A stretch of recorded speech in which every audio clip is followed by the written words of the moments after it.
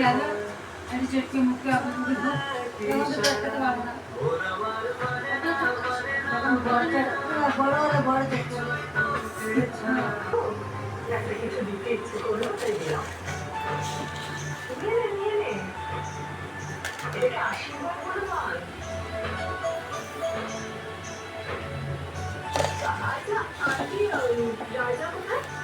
ওর একটা জরুরি কাজ পড়ে গেছে, ওখানে ব্যস্ত আছে।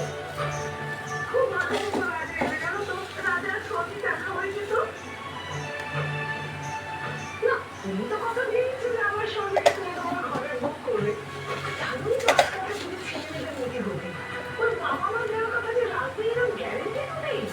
কি ভাবছে ওর মধ্যে কি চলছে আমার রাজার মনে থাকে। কাজ মিটেছে ওখানে? কাজ তো খালি করে বলছি কিনা জানতে চাইছি। কিরে শুনতে পাচ্ছিস? হ্যালো, কাজ হয়ে গেছে, কাজ হয়ে গেছে। আচ্ছা বেশ, তাহলে চট করে একবার সদরঘাটের লক্ষ্মী জগন্নাথ মন্দিরে আয় না রে। ঠিক আছে, রাখলাম। কিসের মিথ্যে? তোদের মনে আছে চোরটাকে ধরার পরেও কি করেছিল?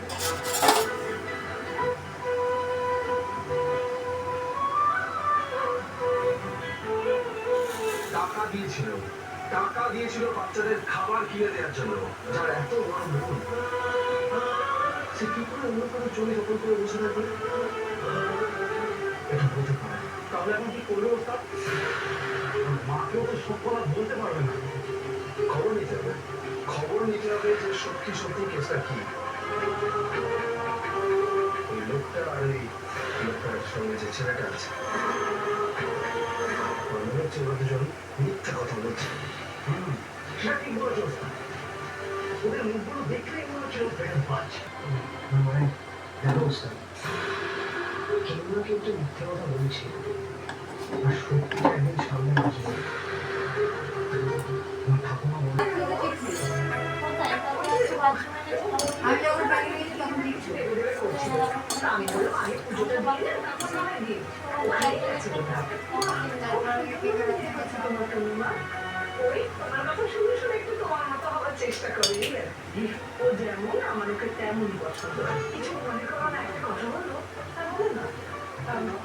আমি রাজার সঙ্গে একটু কথা বলতে চাই। কথা বলবে? তা বেশ তো, বলে নাও না। বলছে আছে।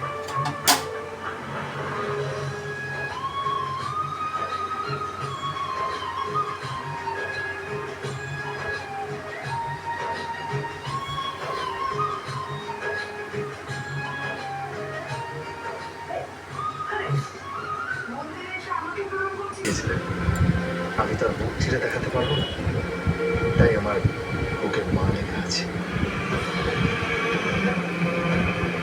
আমার মা দুর্গার থেকে কম কিছু না, তাই মায়ের কথা রাখতে যদি আমি দুবার ভাবি, তার জন্য যেন আমার প্রাণটা।